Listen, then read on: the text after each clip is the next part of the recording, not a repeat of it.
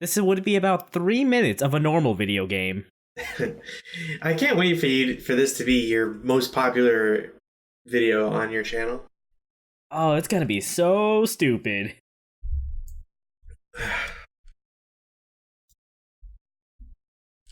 I am still in awe that it crashed Elgato the first time I tried. Dude, it does everything. Like, this is preamble audio that I'm recording, so it's just like, whatever. But in Star Citizen is promoted as like this be-all game, and they're not wrong. The only problem is that they mistake what the be-all portion of the game really stands for, and it's clearly everything outside of actual gameplay. It will crash your system. It will murder your hard drive. It will somehow use up 32 gigabytes of memory, even though nothing else on the planet realistically should, unless you're doing like hardcore editing. Even then, it used to like fuck up audio drivers. They still. Okay, so another thing too, and this portion should honestly be kept in, because I think it's indicative of how poorly managed or how like crap the project is as a whole. And this is a very minute example, especially in the grand scale of things. So, one of the problems, quote unquote, is that obviously Unreal Engine, and I don't know if this is just a quirk of Unreal Engine / Lumberyard, if they want to call it that, whatever.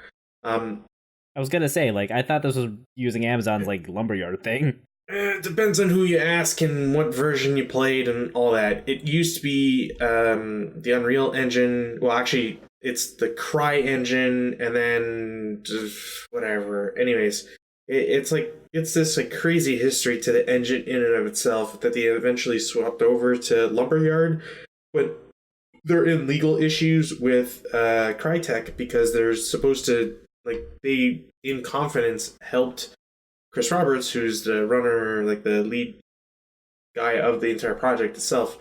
They helped him by creating a demo so that he could show this to the world and hopefully get people excited into purchasing a video game. And it was like a quid pro quo type idea. Mm-hmm. We do use Solid, you use our engine, and we make money off of our partnership type idea.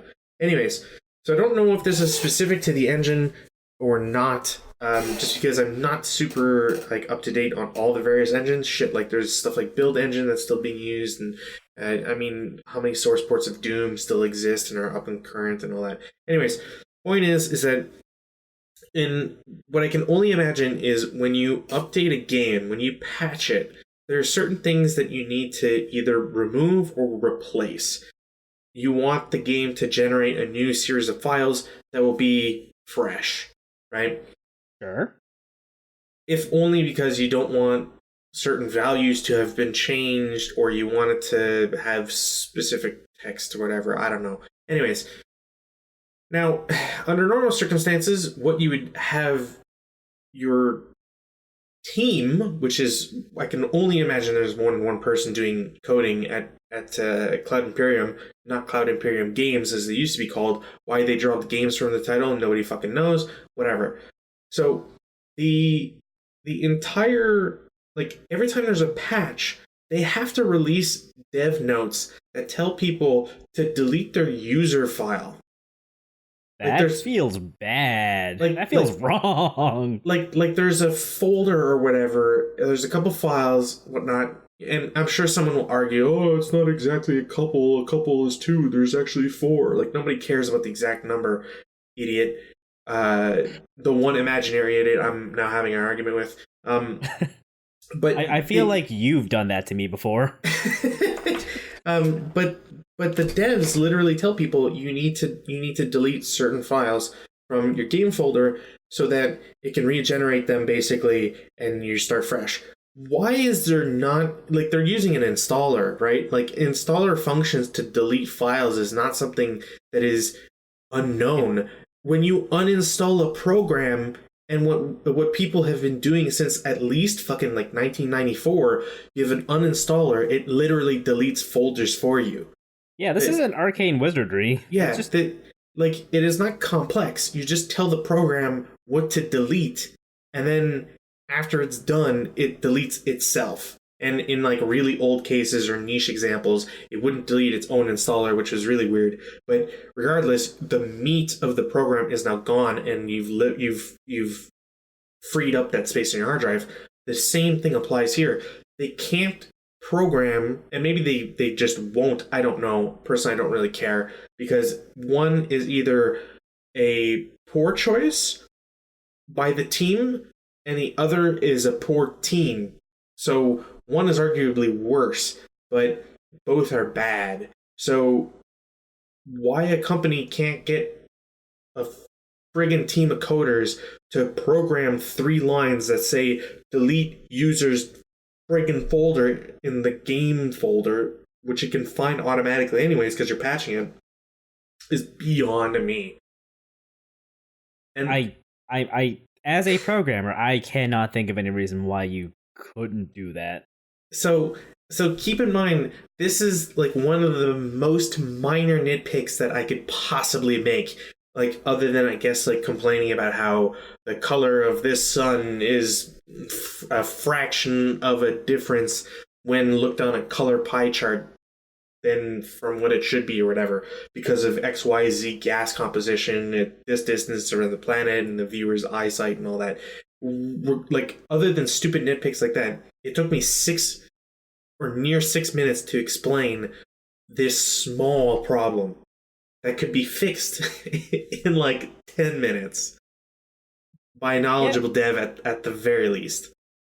Yeah, it's really not hard to delete a file in like Python. Yeah. So for this company that has been in existence 9 years almost, where they're going on 9 years. Well, I guess technically the company hasn't existed since like 2012, so it's more 8 years or going on 8 years.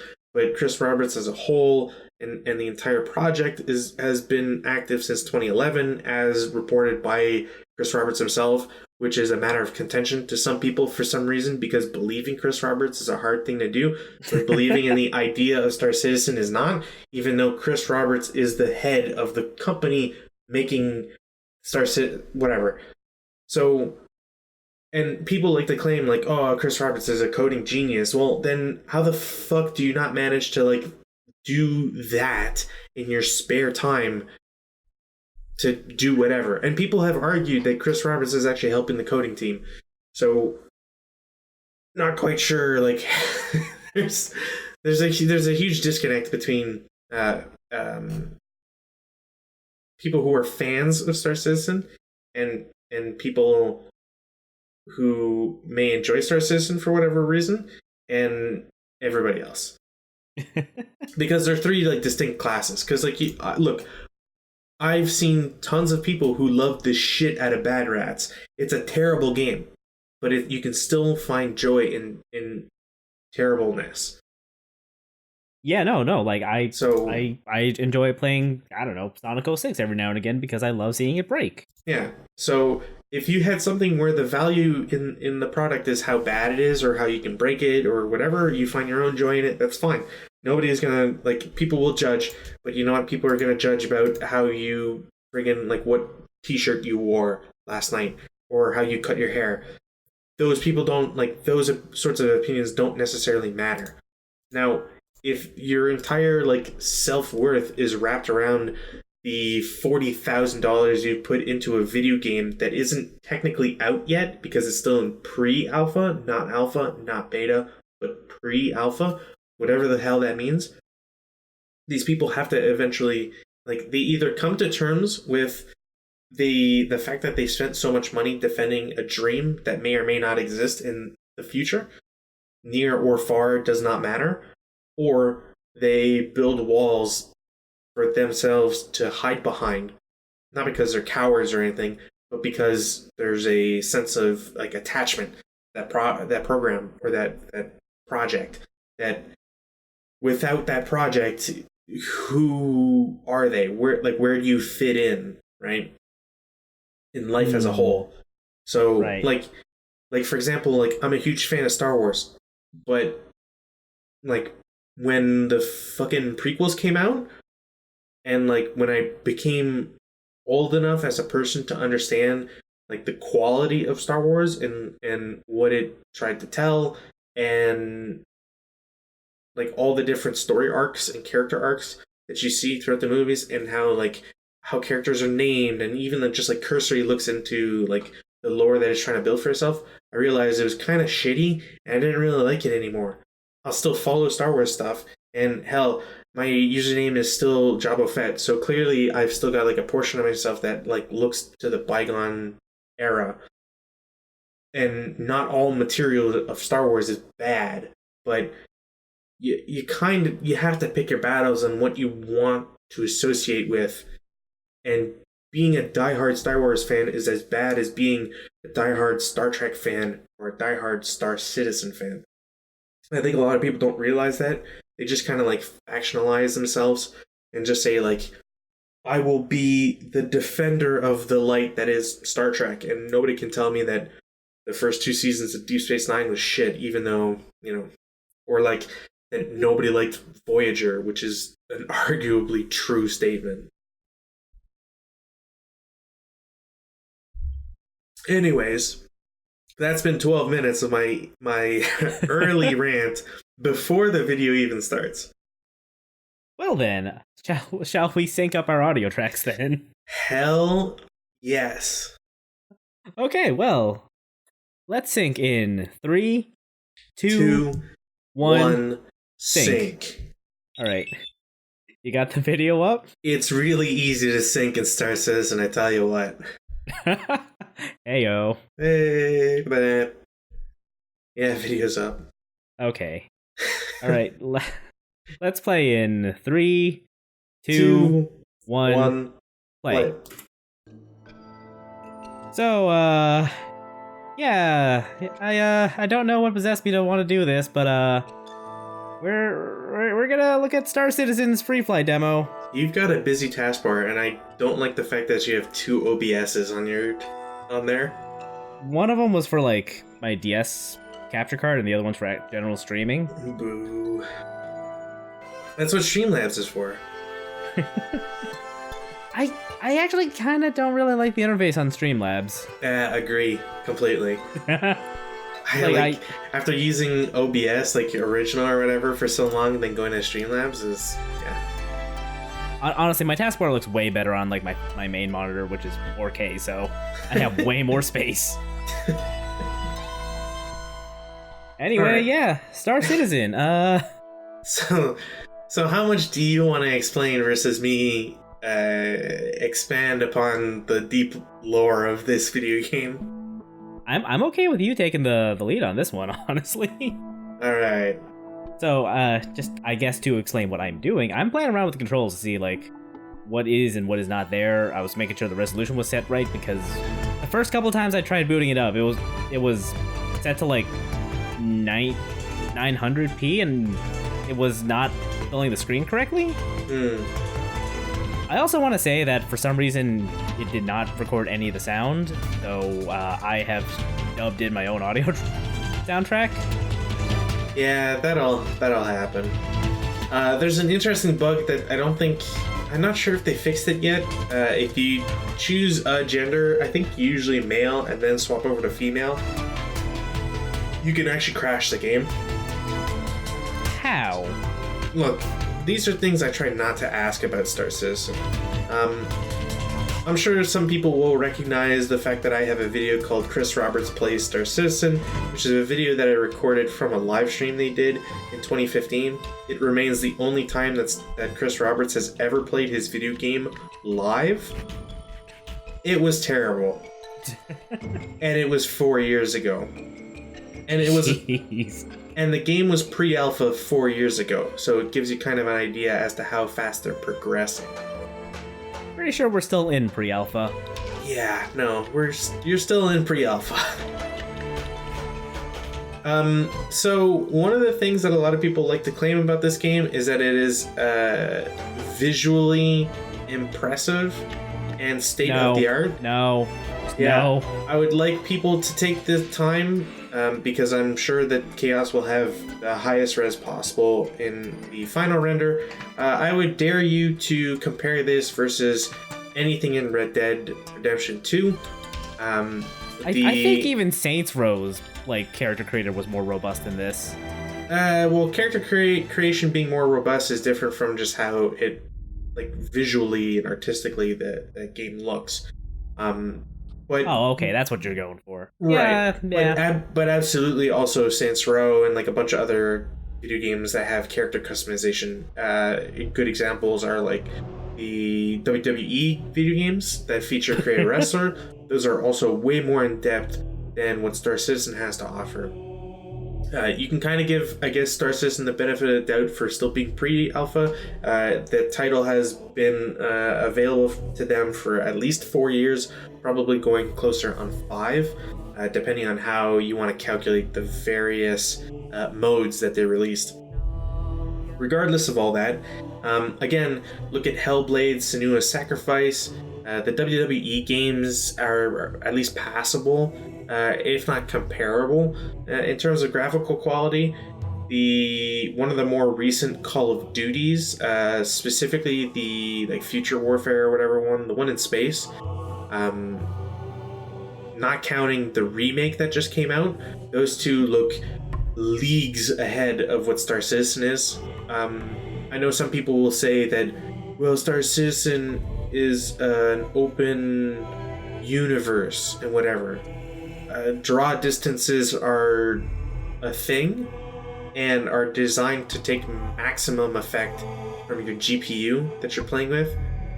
You can, I guess, argue that Star Citizen, because it's in pre-alpha, which is, again, a dumb title, it doesn't have the same sort of optimization, but they're also running on an engine that was initially slated to work off of a GTX 870s. This was meant for a 870? If I remember correctly, the original specs were for the 800 series, maybe 900. Even then, I don't believe it is the case. For posterity's sake, my current rig has a 1080 in it, and that is what I recorded or my gameplay footage with. Yeah, so here's a really good way to figure out why people have a problem with Star Citizen. To give a little bit of background, I guess, for the uninformed viewer who just happens to stumble across this video for some reason, if anything, thanks YouTube algorithms for bringing this video to the forefront. You can go at your leisure to Kickstarter.com, and you'll notice, if you search for it, that Star Citizen actually has a project there. It actually started there. And there's an entire reason as to why it started there versus anywhere else, and why they stopped using Kickstarter versus their own funding website and so on. But the great thing is that unless this changes after this video comes out, they still have a lot of their information from the original campaign that is available. So, real quick, and this is literally quote verbatim from the Kickstarter, real quick, Star Citizen is a rich universe focused on epic space adventure, trading, and dogfighting in first person. Sure, okay. I don't think I would have picked up any of that from what I recorded. Yeah, I can't really, we're still in a loading, and this is going on for 4 minutes now, I think. There is so much loading. Send help. Now, some people will argue it's because you need an SSD. Honestly, if your game, there's no way that other video games take this long to load, so you have there's an inefficiency somewhere. And I don't believe blaming SSDs is really the issue. Yeah, I'm sure I could install Sonic 06 to an SSD, and it would still take forever to load. Yeah, and, I remember playing Total Warhammer 2 that had long load times if you weren't on an SSD, but regardless, there's no way it should be this bad, especially for a game that doesn't have, like, theoretically doesn't have everything it should or will eventually, because it's such a small portion of the eventual goal. Anyways, for the first bullet point, you can't really comment on it because it's not a rich universe yet. It's a rich universe eventually. Like, when it initially was brought up as a project, there was no backstory. Not a proper one anyways.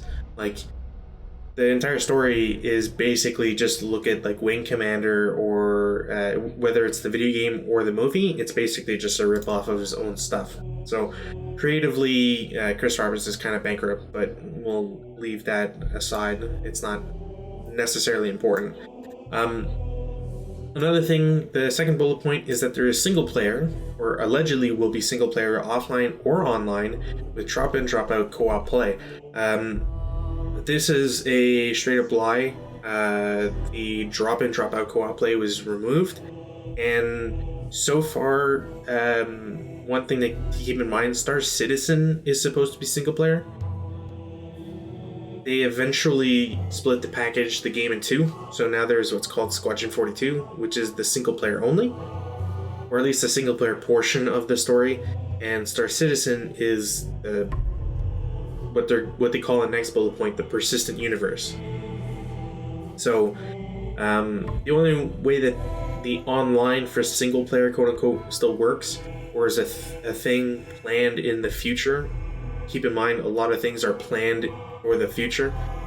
The online portion of the single player is where once you've, like, done the mission or whatever, you can go play it again, but with friends. So, anyways, I don't know that anyone would want to do that, but yeah, considering we're still in a loading screen, I don't think anybody's really going to be too worried about playing with their friends. I guess you'd have to play with your friends, because otherwise you'd die of boredom, or, you know, not have anything to do and you just Alt-Tab or Alt-F4 to get out. Oh my god, we've finally gotten out of the loading screen. We're out of the loading screen, but the game is still desperately trying to load. Oh, yeah. Next thing to keep in mind for the bullet points is there is a quote-unquote moddable multiplayer. So the idea behind this is that they will deliver mod tools, which will never happen. And not only that, but there were plans for quote-unquote private servers. So you know how private servers exist for, say, like World of Warcraft, where basically it's like a lot of cheaters, or, like, you know, get away from the grind, or even some people or some servers that do the actual grind and everything. It's just a legit copy that you play on a private server on somebody's computer at home. Yeah, sure. That's what they were going for. They dropped that fairly recently, I'd say, probably within the last 2 years. And you might not think that's recent, but in a project that's been going on for 7 years, since its inception in Chris Roberts' hands, 2011 or 2019 going to 2020, this is almost 9 years. So 2 years isn't as far away as, you know, the origins. They said that they would eventually maybe bring private servers, but that it was a, you know, bottom of the list priority, which basically means that until everything else gets done, then they'll look at private servers, which means they're not going to be looking at private servers. Yeah, from what I understand, they're too busy doing everything else, and adding more things to the list because they feel like it. Which is another joke in and of itself entirely, but we'll get there, I'm sure. Next bullet point.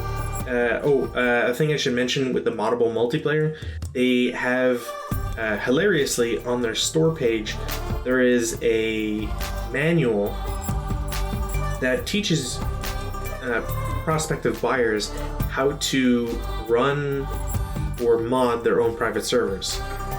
It, I think, retails for $20. It's basically a digital PDF.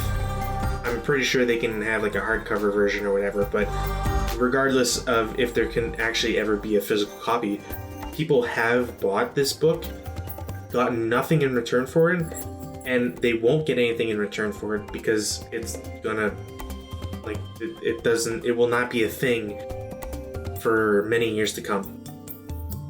So, I mean, unless you want to be the one person in the world that owns that book and you can resell it on eBay in the next, like, 40 years and hope to get a return, it's certainly a long game you're playing. Another thing, or the penultimate bullet point in the original Kickstarter pitch is that there are no subscriptions. This is false. There is a subscription, a monthly subscription. It is not a forced subscription, but there are people that subscribe to give Ad Imperium $10 a month or whatever. Why? Because you can get flair, which is basically like little doodads that you can put around in your hanger or whatever. And really? Yeah. Is it worth it? Absolutely not. But hey, it gives people a sense that there's some progress, I guess, because when you check back on this project in 2 months after you've backed 3 years ago, you can look at the fact that you have a new tree or whatever, and or like a new fish in your fish tank, and that's it. Basically, it's kind of dumb, but so they've broken their promise a number of times already, and this list is 6 bullet points, so that's pretty bad. They also have, hilariously, their Kickstarter mentions no pay to win. Keep in mind that all the big ships are available for purchase. All the combat ships, all the mining ships, all the exploration ships, all of the best ships, all of the worst ships, they're all up for sale. Every ship is up for sale. And this game is not out yet. I mean, sure, you're playing the pre-alpha demo, or I mean, if you want to call it a demo, whatever. But you're playing the pre-alpha. So this game is not out. It is not a commercial release yet. And yeah, this was just a free demo that I found out about a couple days ago, and realized that it was ending within a couple of days. So I just decided, let's see how stupid this could get. Yeah, it basically, they call them free fly demos or free fly weekends or weeks. The general idea is just to get people to register an account so that they can download the game and try to play it. Anyways, every ship in the game is available for sale. There are some that are no longer in sale because it was like a limited run thing, but that doesn't eliminate the fact that it's still pay to win, because you can certainly expect that the ships that had limited runs are not terrible ships. They're going to be good ships, and people were able to pay for them, so they have a distinct advantage over people who did not. By that same token, there are things like there are certain ships in the game that are literally aircraft carriers in space. So I believe one of them is called the Kraken. So anyways, it's supposed to be a mini carrier or whatever. You can carry a bunch of ships. I think they've redone something so that there's a commercial area in the game so that you can have like your own economic hub in your ship. One thing to keep in mind, and I don't think people realize this, that is a huge pay to win, because you're paying something like $3,000 or whatever crazy number to have a mini aircraft carrier. Well, the guy who paid $45 or $35 or whatever to get the basic ship that you start with is at a distinct advantage or disadvantage against this mini aircraft carrier. Some people will say, like, well, it's not really worth it for the ship to go against it because there's some sort of economy, but it's not fleshed out. There's nothing in the game itself that would dictate why it wouldn't be of any value for you to go around and just murder anybody who's at the lowest level. For example, like your Aegis Avenger Titan, whatever the hell that's supposed to be, is a very small ship. It's a one-man ship. So, like, aircraft carriers should have no problem against this one-man ship. Anybody who argues otherwise clearly doesn't understand like how these two would fight.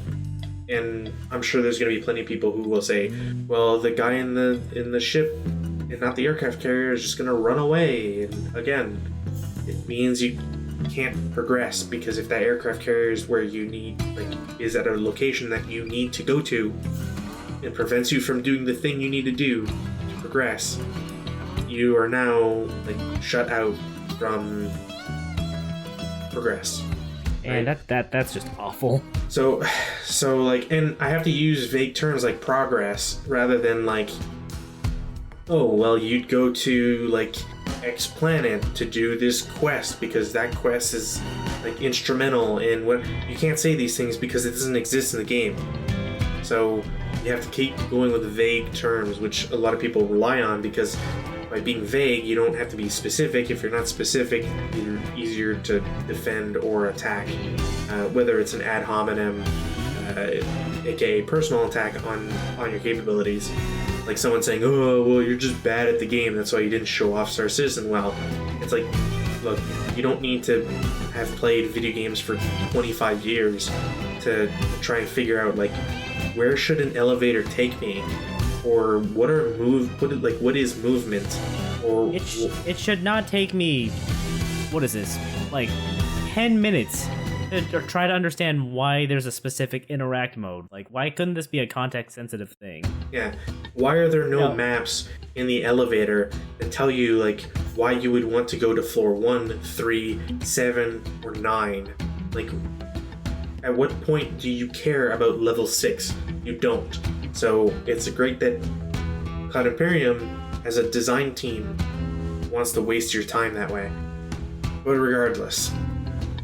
So, anyways, the basic gist of it, again, comes down to Star Citizen is a very confusing project because people will argue that you don't know enough to be able to criticize it, but if you do know enough, you're just a hater.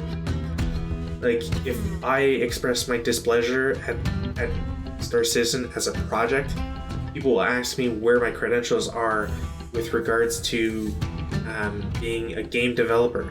Well, how many film critics do you know? Like, professional film critics. You don't know too many, right? So, does that mean that somebody, after having watched Midway, I guess we'll give them a free plug, after having watched Midway recently, are you allowed to comment on the quality of that movie? And if your answer is no, then you're an idiot. Like, through and through. Everybody is entitled or allowed an opinion. Maybe not entitled. Maybe entitled is the wrong word. But everyone is allowed an opinion. Yeah. It doesn't necessarily mean your opinion is good, but if I can't criticize Star Citizen and say it's a shitty game, like your hair that sticks out of your helmet, that is a basic fix. Video games around the world have not had to deal with that, and it's something that you can easily fix in the background. If you can tell me that they have artists out the wazoo that are, for whatever reason, constantly redesigning or refactoring, as people like to say in the Star Citizen world, certain like aspects of the game, then why is it they can't get one coding guy to work on the helmets and just say, like, if helmet on, remove hair, or, you know, disappear hair in X location or whatever. That's all it has to be. Yeah, it is not. It's super called complicated. culling. It's a very widely used animation technique. Well, you see, so culling in and of itself has also been an issue for Star Citizen, in that they've been like declaring that they've been working on it for probably about like 4 years now, if not more. It's pretty bad. I'll say it's pretty bad, but that's kind of the problem with Star Citizen, is that they work on the same sort of issues for months after months after months, even years, and people will eventually just forget about a certain problem because another more important problem has crept up. Or worse is that Star Citizen will use confusing terms to try to appear smart while also like floundering in being able to explain these ideas to people. Because of course they would. Like the idea that that you can refactor something, which isn't like before Star Citizen, I'd never heard anybody ever use the word. Why? Because it's just a dumb word. Like there's like inclusion and like they try to have like, I think OCS is another thing, like object container streaming, but they like try to talk about how it's a pipeline and they're working on this pipeline and that pipeline, and nobody calls things pipelines.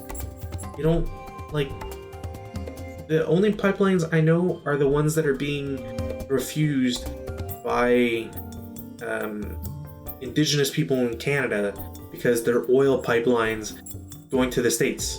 Nobody uses pipeline in that way. Not to mention that the term pipeline has been thrown about so frequently in the Star Citizen community that people have legitimately argued that like, oh, it won't be an issue. They're just gonna bring out the ship pipeline. The ship pipeline's almost done. They're gonna speeding up. It'll be great. Like they'll be able to get ships done in like 2-3 months. What the fuck does that even mean? I don't know. They'll be able to get ships done. Like they've apparently, you know, at one point in the project, they said defenders of Star Citizen were saying, well, they've just gotten around, or they're getting around to doing the finishing touches to the engine to get that consistent look and feel of this particular manufacturer, right? So the idea, that's also really great beans. That's probably the world's worst flat image of beans. In your magnum opus, Chris Roberts. Anyways, I just want to say, like, it took way too long for me to try to get out of bed. Like, I was just stuck. Dude, we're halfway through. We're past the halfway mark in your video, and the only thing you've done so far is pick up a double tray of beans. They're not even cooked beans. I'm pretty sure there's no sauce to these. It's just a flat image, probably taken with the watermark still on. From some unknown friggin' website, which they've been caught doing actually. So that was a fun couple of months. That did not surprise me in the slightest. Yeah, it was actually really fun to get an email from the company that had like free online images that had their watermark on it, and I pointed out the fact that there's actually stealing their content, and they, you know, when I eventually got an email from them saying we're going to investigate, I took great pleasure in that, which I'm sure someone out there will claim that I'm just trying to do it to quote unquote kill Cloud Imperium. I don't know what a 10th rate YouTuber like myself could possibly do to a $250 million company, but yeah, apparently I'm gonna be one of the ones that kills the project. So anyways, I'm trying to desperately just find information on the minimum requirements for the project, but I don't think I can find it, which sucks. Oh wait, did I just see it? Oh, okay. So keep in mind this is October 2012, and the original release date was 2014. Now, some people will tell you that 2014 doesn't make sense because the company was just growing. Like when the company started its Kickstarter, it was like 12 people. I don't see how the person who ran the Kickstarter and gave everybody that ever listened an original time frame of 2014, don't see how you can claim that a year later, when he's got 30 people, official, employees, I don't see how you can allow him to constantly push back his product or project, because it means that he grossly overestimated his capability in producing a video game. another thing to keep in mind that anybody who ever brings up the quote-unquote total number of employees is not factoring in the various contractors that Cloud Imperium Games at the time, now Cloud Imperium, has paid at various points in time in order to produce stuff for them. So, which is totally normal. You see that a lot in the video game community, or video game not community, but in the world of software dev. Correct. I don't know why I can't think of the word anymore, but that's not the point. That's not the problem. So yeah, there's in that frame of video game development, there are plenty of times where companies will go to outside developers or contractors and contract out work. That only makes sense. You see it in government contracts, in art contracts, TV deals, etc. But people try to use the official number of employees as this sort of like crutch when they were getting outside help. That's why Star Marine, as it was originally called, not Squadron 42, but Star Marine was supposed to be like this Call of Duty / Arma clone, or at least like facsimile. And they ended up having to scrap the entire project that they'd worked on, which was probably about a year of work or something, because they hadn't had enough like conversations and like just times where both teams sat together and checked the project over.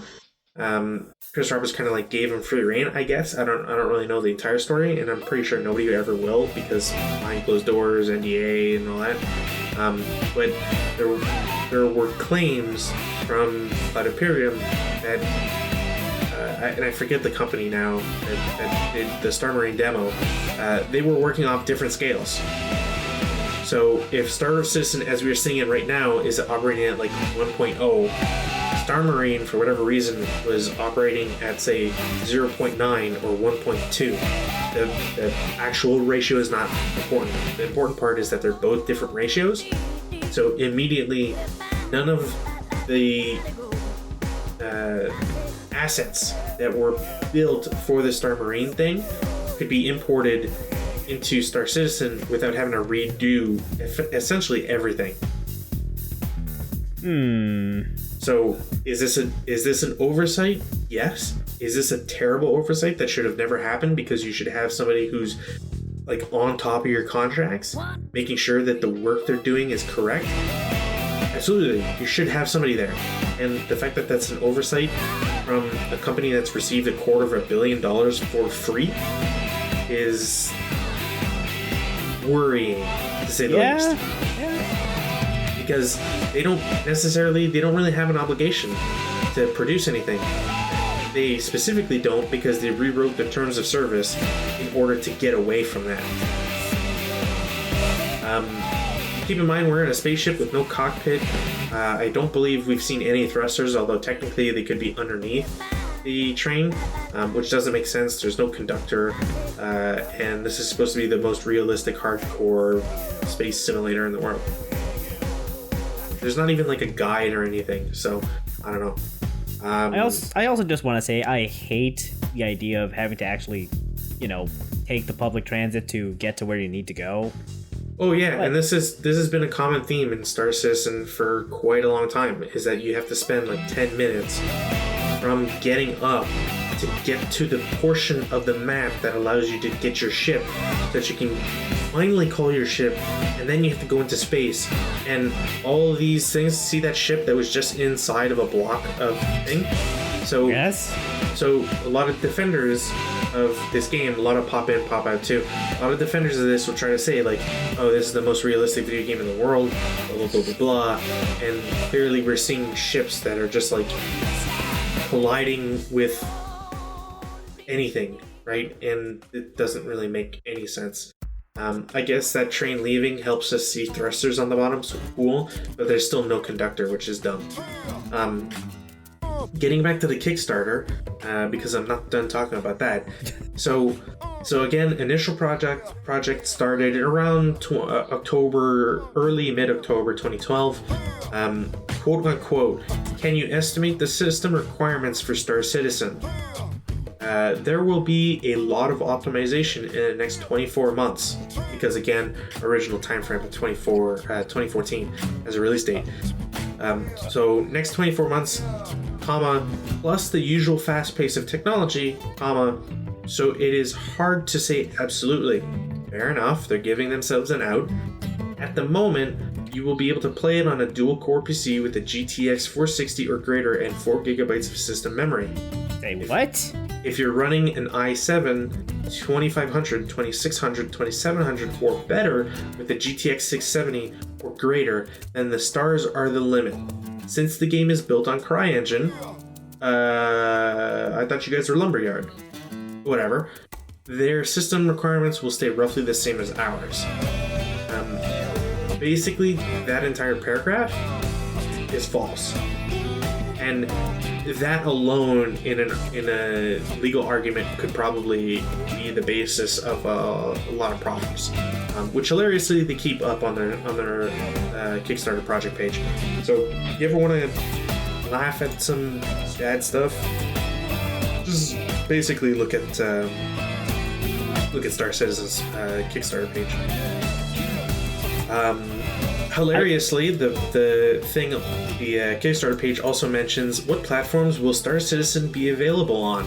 Well, they've got an answer for that. Star Citizen is a PC game through and through and could never be played on the Xbox 360, PlayStation 3, or Wii U. We currently plan to support Windows and are examining our options regarding possible Linux and Macintosh releases. The Cloud Imperium team includes many Linux and Macintosh fans. Now, several things we can go with this statement. One, the Star Citizen never hit the release date that would even bring it within the same generation as the Xbox 360, PlayStation 3, or Wii U. We are almost into a second generation of consoles before Star Citizen has even hit beta. 7 years, or almost 8 or 9 years ago. From its initial announcement, 9 years ago from its initial work being done, which is terrible. Yeah, that's pretty bad.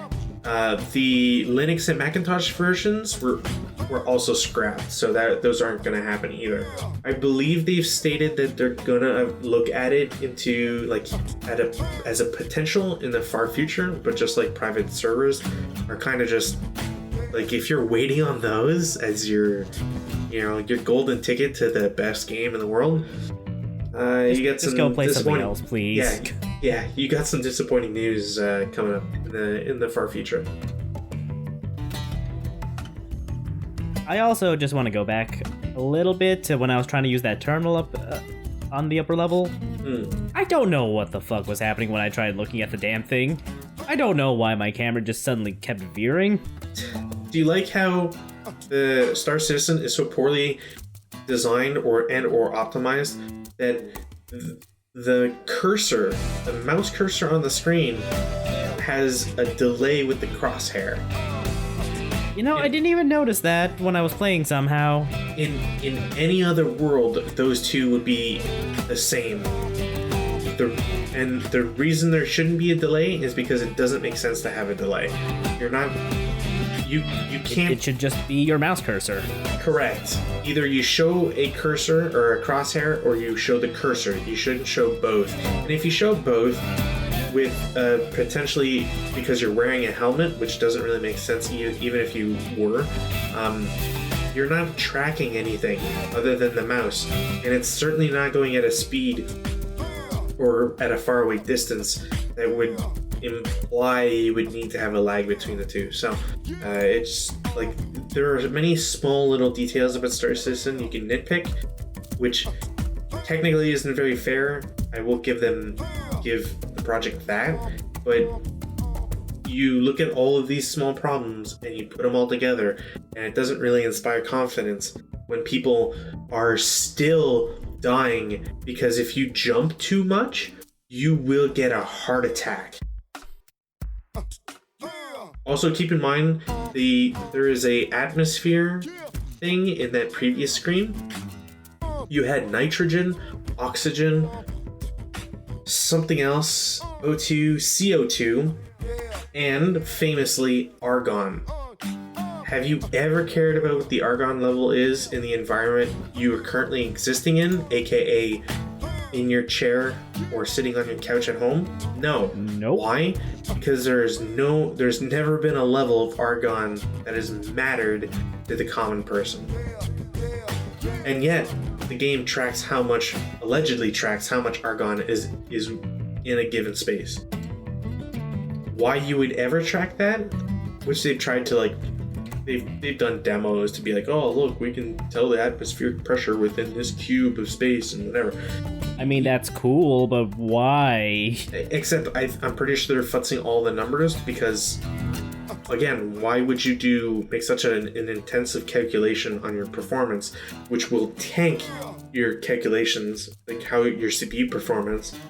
I mean, to be fair, like, I love seeing cool tech demo shit like that all the time. Like, I love seeing the ice cubes in MGS2 just melting at their own individual rates based on how close they are to each other. Sure. I love seeing all the crazy particle effects on the GameCube from Luigi's Mansion 1. I love the hell out of the Half-Life 2 demo because showing like the source engine and the physics involved was great. But is it something you really need to insert now in the pre-alpha when you're 8 years into your project? No, definitely not. And like, you know what I mean? So, you know, people laugh at how like Kojima and other like some developers take forever, or like they develop stuff and when it gets added into the game it doesn't really add all that much value. That's fine. Kojima gets a pass because his game comes out, because it releases commercially, not releases on the company's own website that you have to go to and create an account and download. And back in the day, the download took forever and it tanked your internet like completely. They used to have it so it was like a P2P connection or whatever. It might still be that. I forget. Really? And there was something about it, and it was they really had you BitTorrent it? See, I can't remember if specifically it was BitTorrent or not, or if it was specifically P2P. But the main like takeaway was that it took them forever to fix this.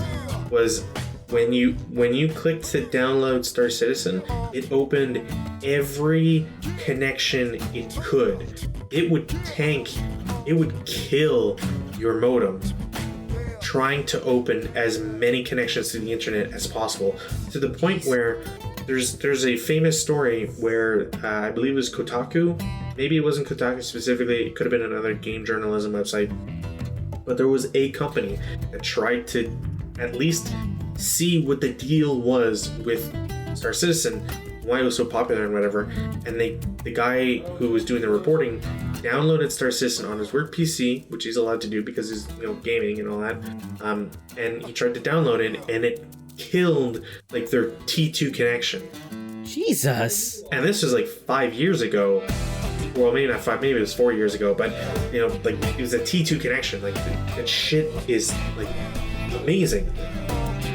And it was so bad that his boss actually sent him an email saying, I don't know what you're doing, but keep it to off hours because we can't work like this.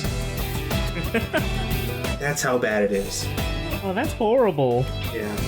Speaking of horrible, I had enough of trying to figure out this game's nonsense at this point, so that's why the video itself ends now. So keep in mind, you have to call your ship, then you have to take like an elevator or whatever to get to the landing pad that has your ship on it. Why this game does not have a landing pad, like a monitor or something? Because it's space, right? Like, are you telling me that you can have little digital keypads on the outside of a spaceship or on a lunar base or whatever, but you can't have like the control module that's inside like the radio room or like tower control room or whatever the fuck room it is? You can't have that just outside at the landing pad and you press a button and your ship just spawns? Not that it makes any sense anyways, because if you look at any of the hangars, especially the space ones, there's nothing for, like, because everybody touts Star Citizen as being, like, hyper-realistic or whatever, right?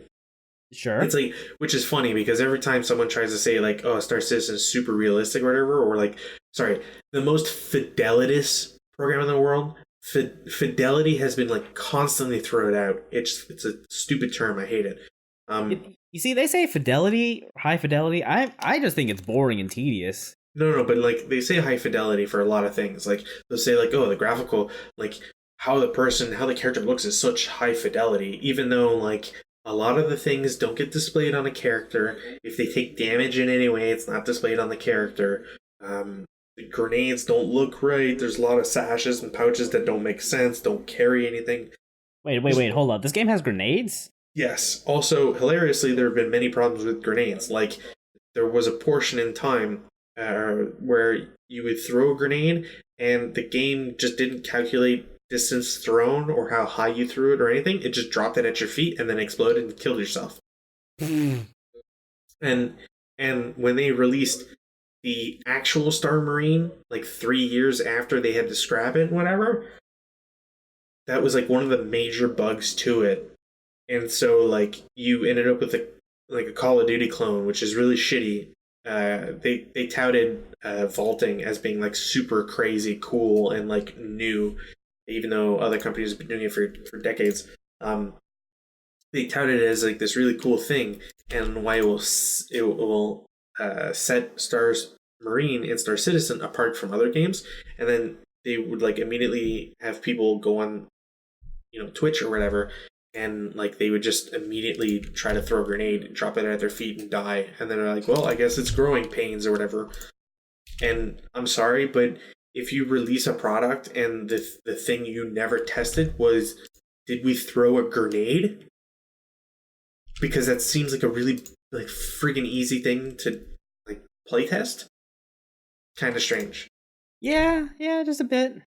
And to anybody who ever watches this video, one, I'm sorry you have to listen to me all the time. But for anybody who watches this video and may say like, but Chaos, unfortunately, like the whole thing about testers is it's the people who paid for the game who are the testers. That's where you're wrong, because Star Citizen has a literal page with like every bug that people have encountered. People like constantly post like all the different bugs that they've encountered. So like, it'll be, and it's like basic like playtest level like reports, right? It's like, clicked on gender and character creation, switched gender, game crashed. What's the expected result? That I can change my friggin', gender in the game. Okay, like what should be how would we fix this or whatever, and like whatever. Anyways, it's like a very, very small, like short and sweet, whatever, and like people constantly post like videos and screenshots to all like demonstrate the things that they've done in order to like get those crashes to happen and shit. To date, I think it's like less than a percent have either been looked at or resolved by by Cloud Imperium. It's like some astronomically low number, which means that they're not playtesters. Like people who have played, who have bought into Star Citizen and who defend Star Citizen, saying that they are playtesters or that their function is to help fix the game's growing pains.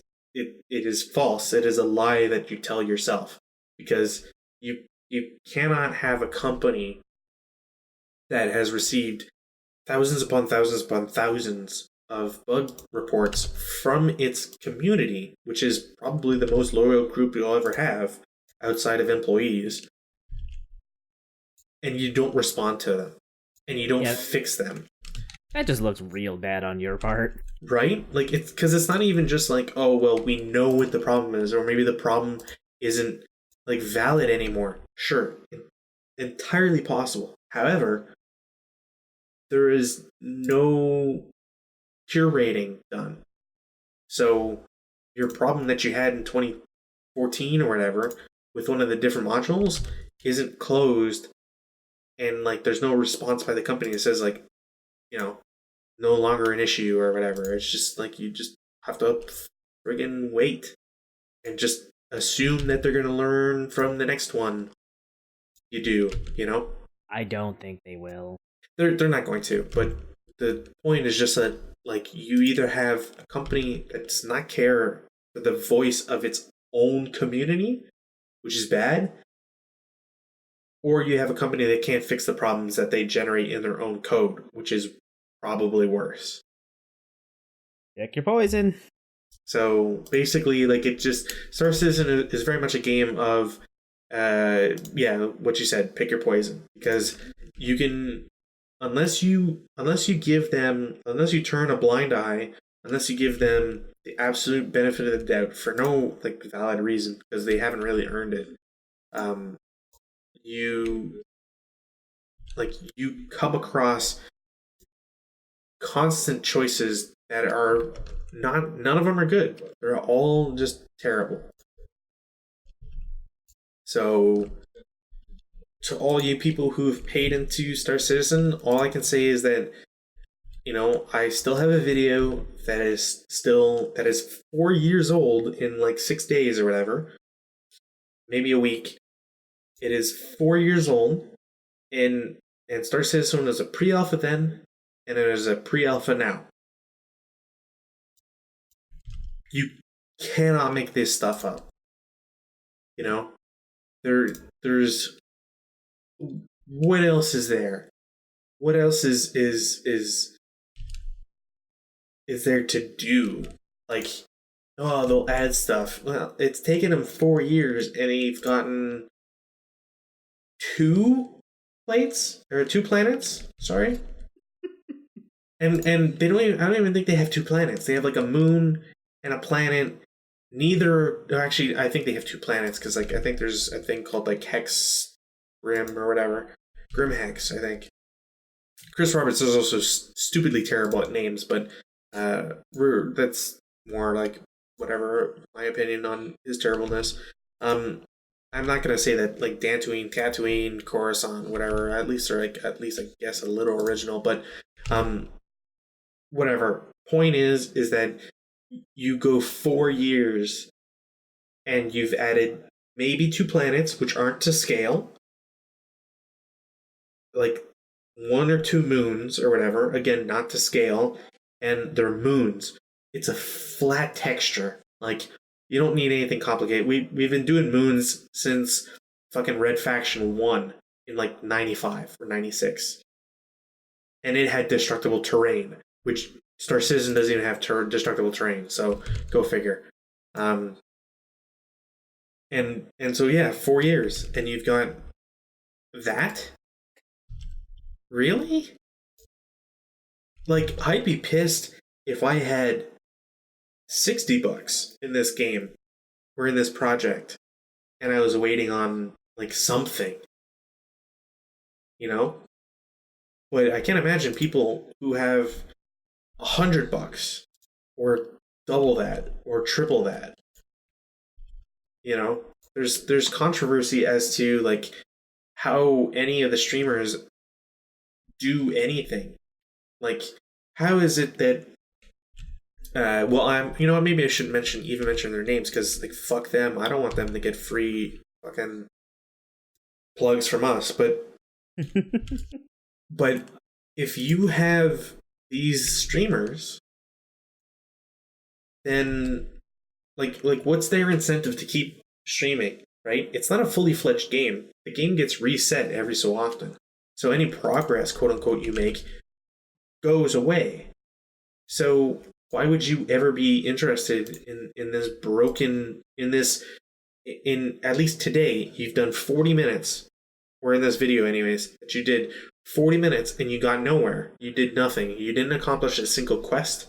You met like 1 or 2 people, like other actual players. They didn't talk to you. They didn't do anything. You didn't even pick up a gun.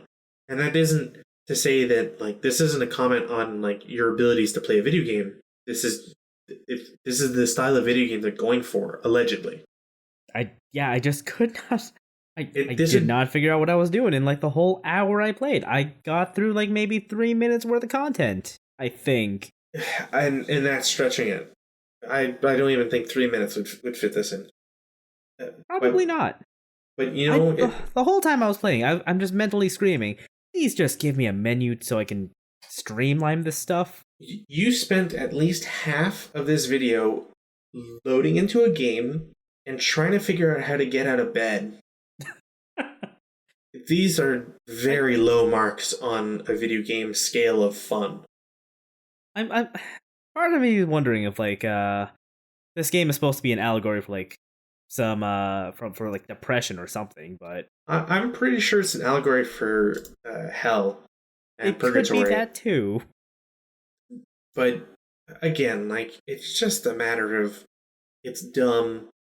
The project has gone on for so long that it is coming to Duke Nukem level, Duke Nukem Forever levels of insanity.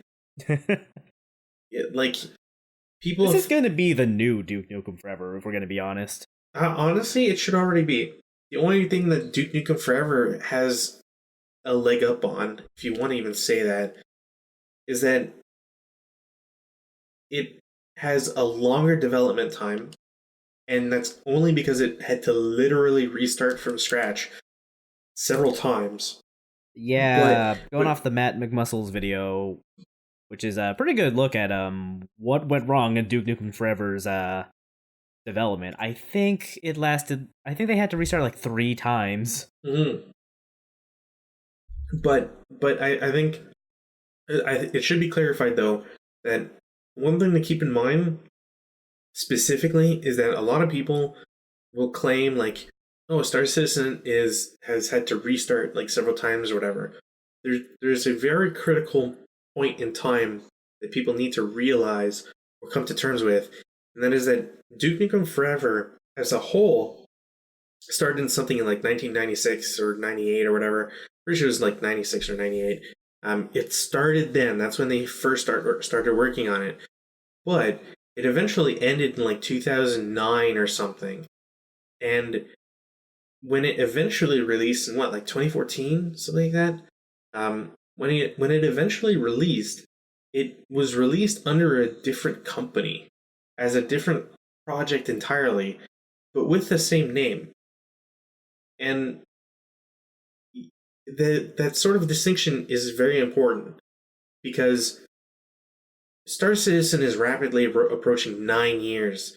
Again, a statement by Chris Roberts confirmed that 2011 was when he was working on it behind the scenes before he came out to the public to announce that Star Citizen would be a thing in October 2012. So, right. And there's been no restart from a different developer. Star Citizen has been a project with the same group of people for almost 9 years. It's depressing to think about. Personally, if I was stuck in purgatory of having the code for the same game for 9 years, I'm sure I would try to seek an out, which many of the upper staff and lower staff have done, and that's why there's a turnover in the company. But again, to state that something like Diablo 3 has as extensive of a development time, it's also false, because they had to restart. It's like Fallout, was it New Vegas or just Fallout 3? I think it was Fallout 3. Fallout 3 didn't start immediate development after Fallout 2, and if it did, it was with a different company that they had to restart in like 2003 or whatever. So you can't technically count both of those portions. Right.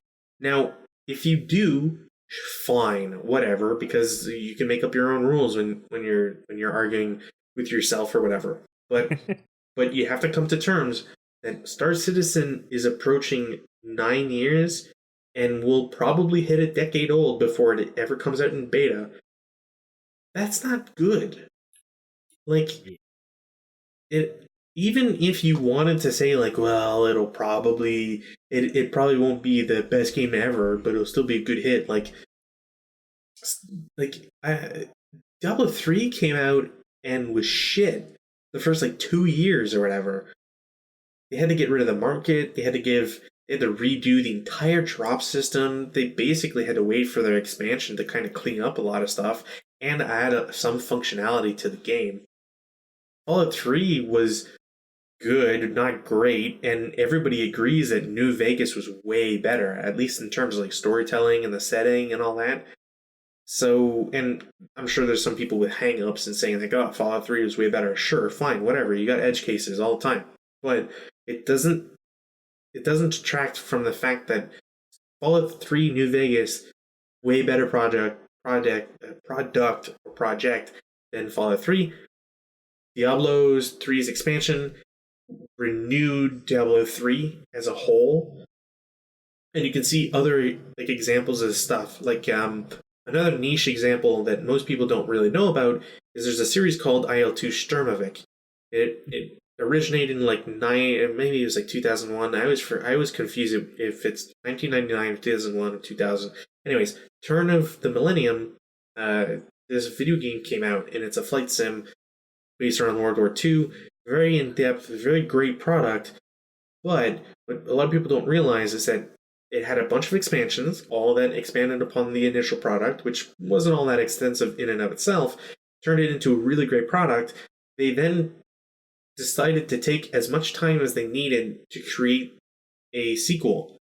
And the sequel was Cliffs of Dover. The games are always called IL-2 Sturmovik, but the title afterwards was Cliffs of Dover for the sequel. It was dog shit.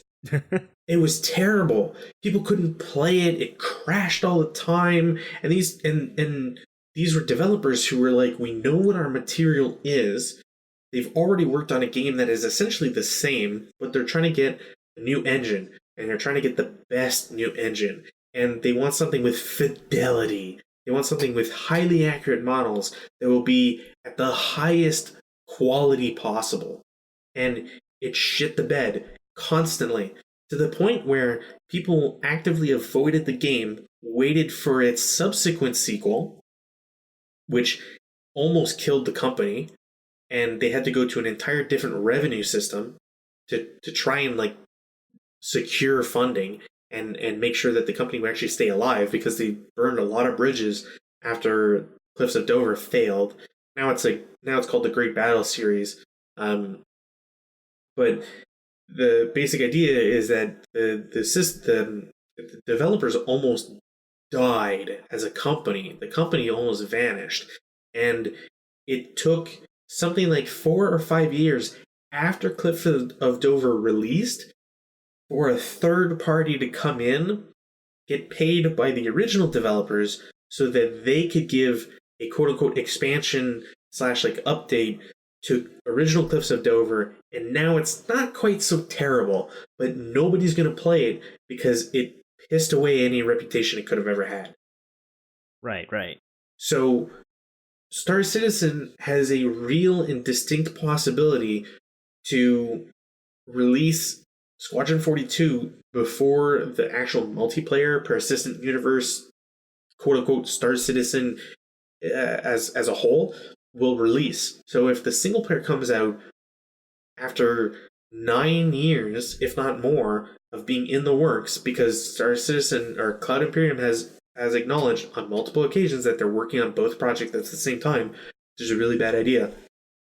But they've acknowledged that they've been doing that for so long that if Star Marine or Squadron 42 comes out and is dog shit, will people stay around for the actual multiplayer part?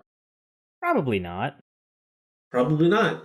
You're correct. But talking about these like future things is kind of hard. But you can kind of predict a couple of things, because you have that precedent already set by other companies, by other video games.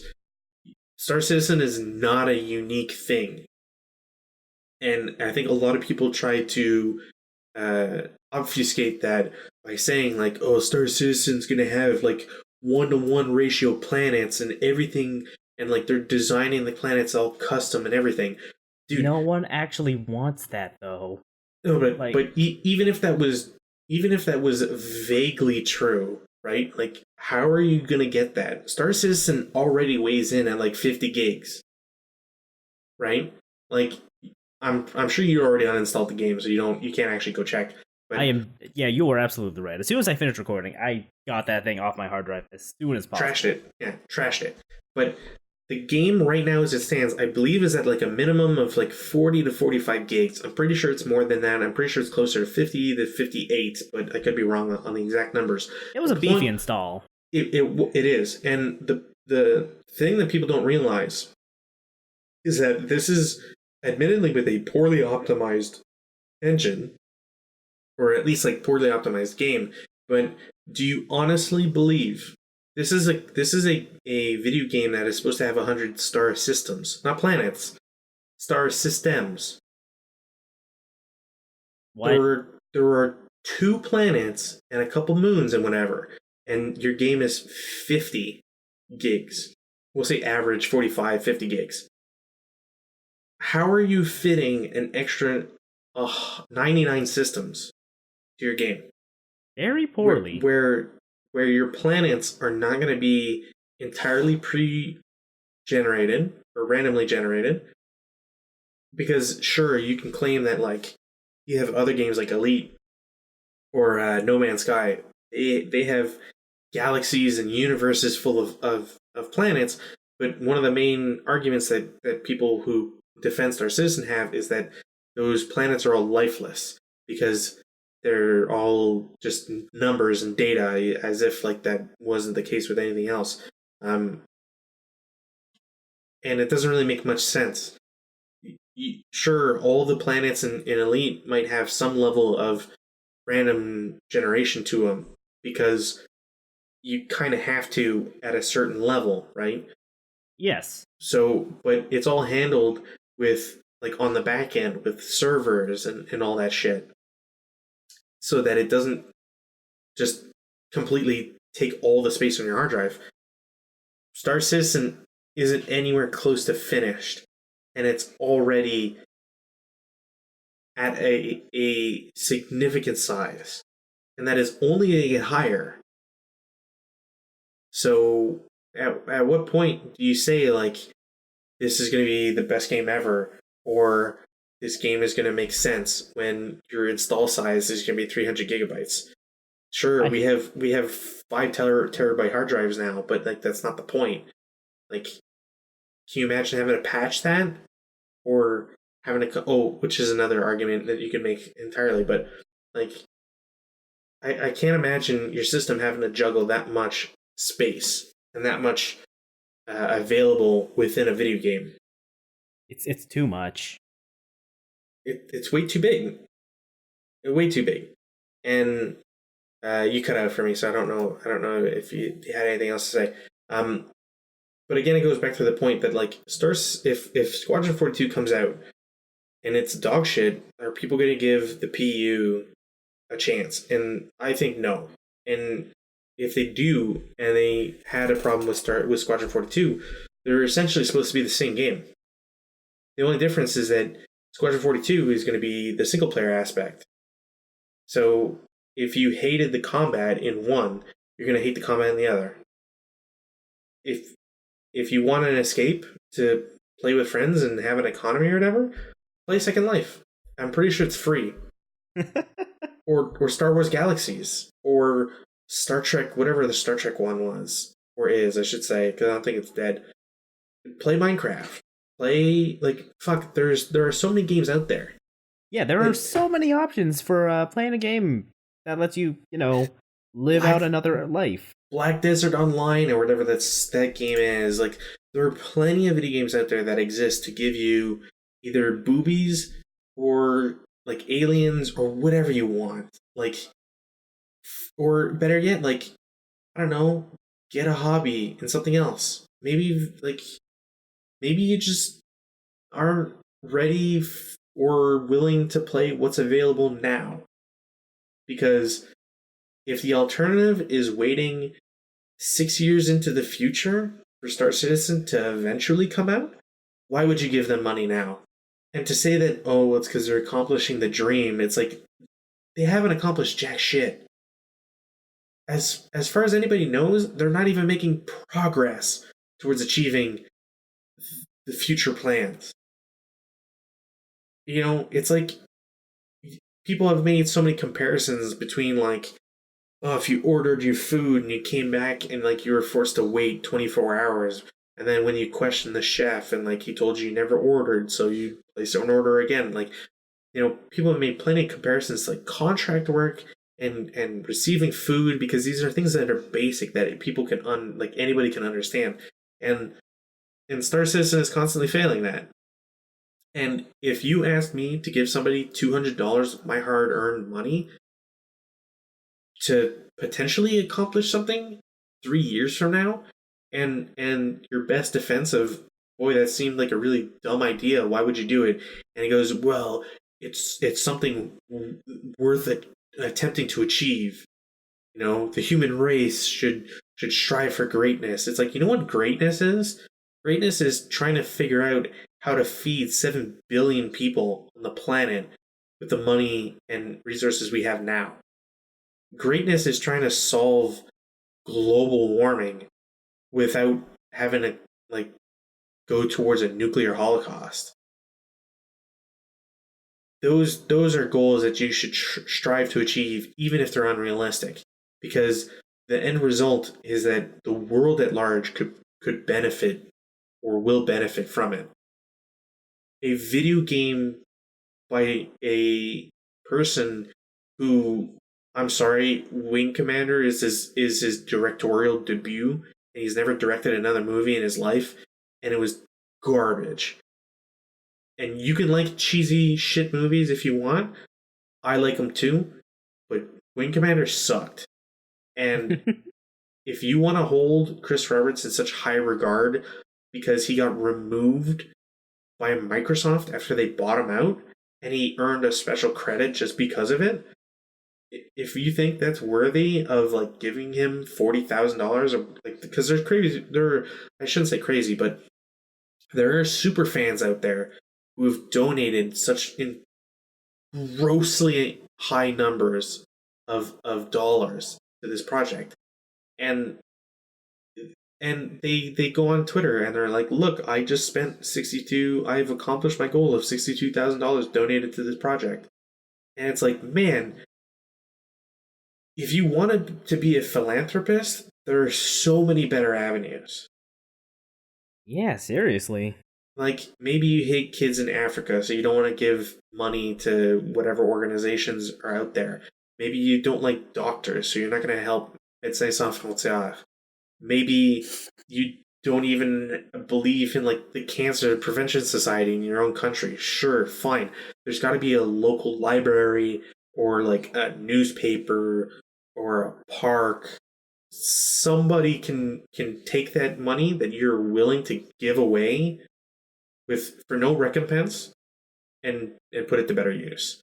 And I can say with confidence that these people are donating for no recompense whatsoever, because another argument, and this will be probably the final thing I try to bring up tonight, because fuck, it's been an hour and a half. But another thing that a lot of people argued against is that you are not making a purchase on the Star Citizen webpage.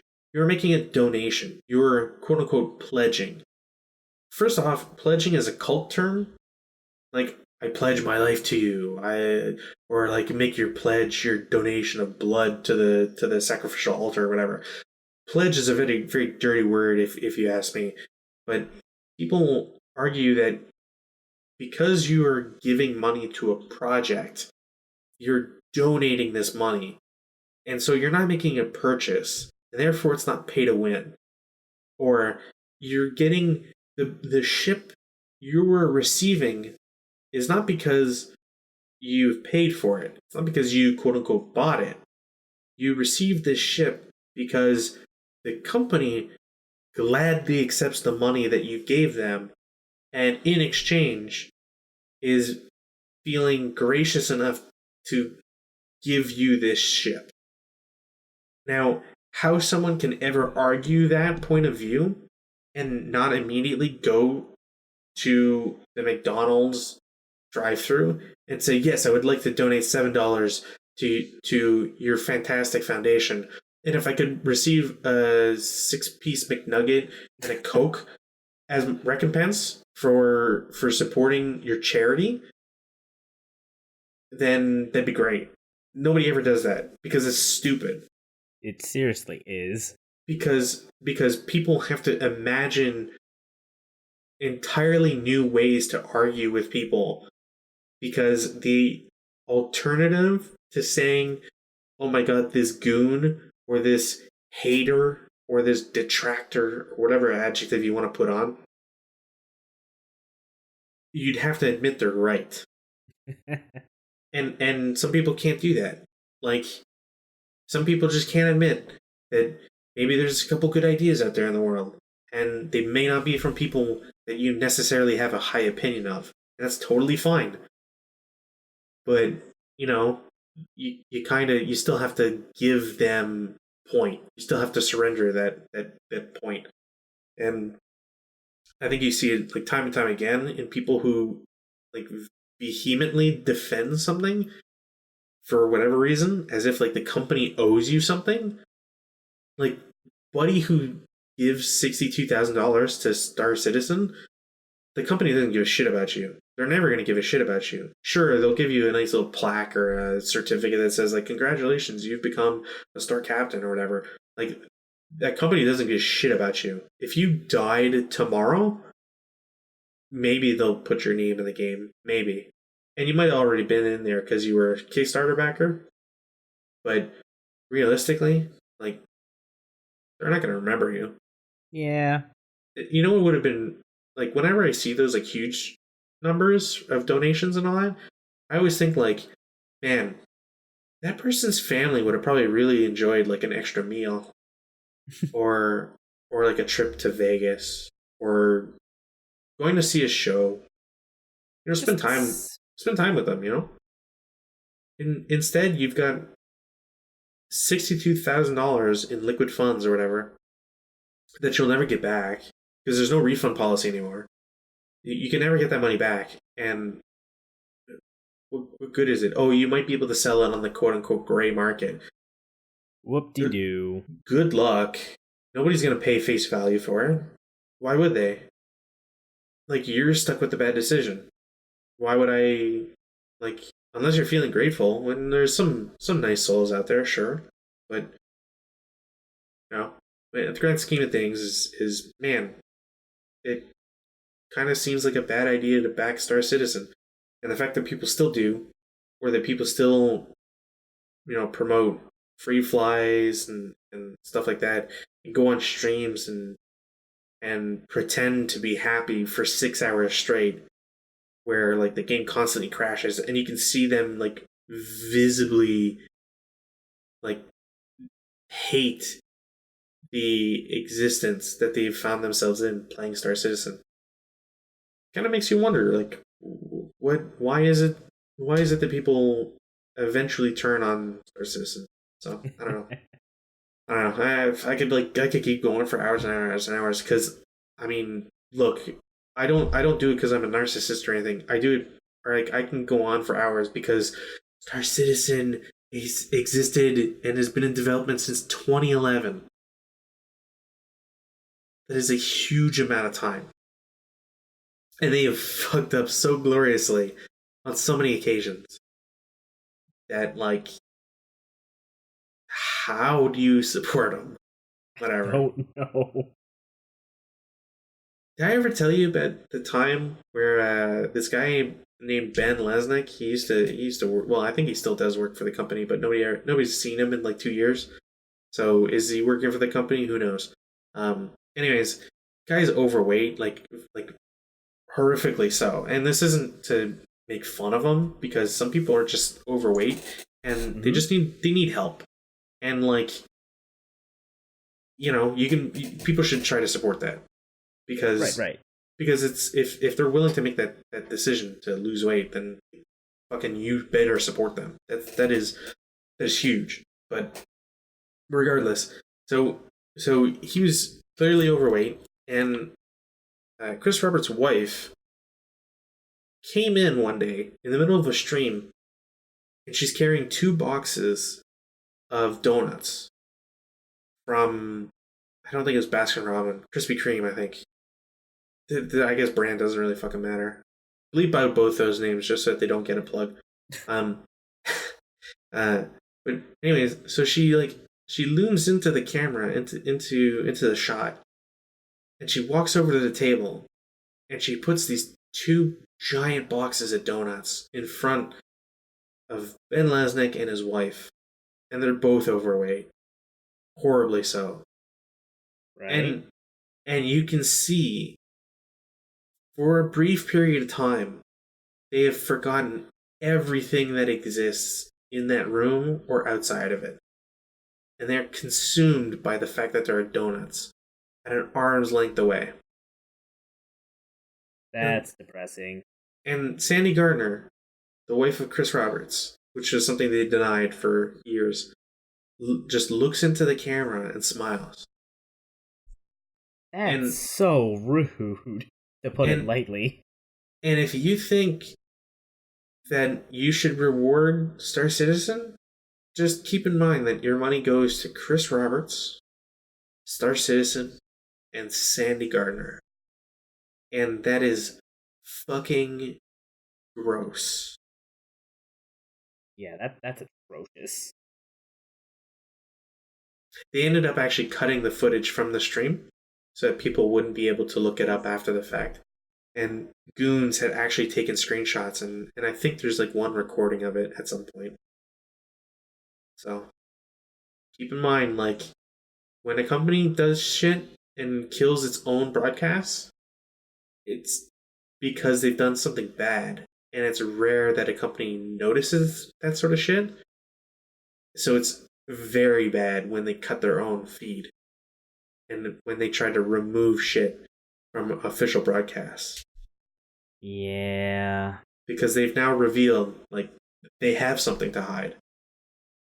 So, anyways. Most open development in the world, apparently. So, I guess I've gone on long enough. I can feel it in your voice. I have one question for you. Yeah, what's up? Because I think it's very important to get you to actually state it out loud, if possible.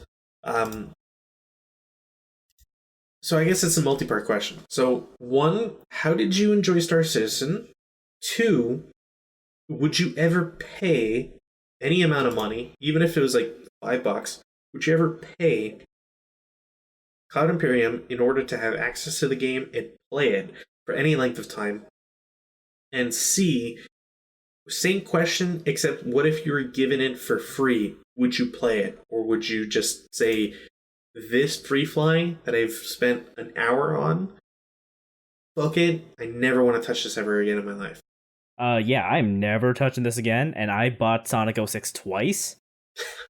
And No More Heroes for PS3. Those are like 2 of the worst games I've ever played. Yeah, I remember. And yeah, you know what? I would rather go back and play those.